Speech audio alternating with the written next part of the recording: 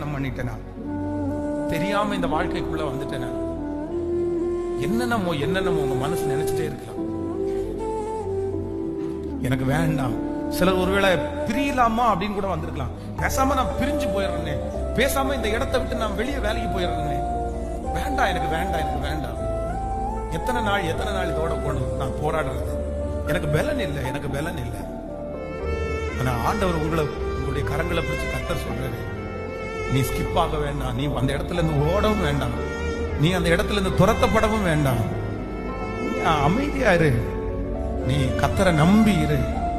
அந்த முள் உங்களை ஒரு நாளும் அழிக்காது, அந்த முள் ஒரு நாளும் உங்களை கெட்டு போக பண்ணாது, அந்த முள் ஒரு நாள் உங்களுக்கு தோல்வியா அமையாது.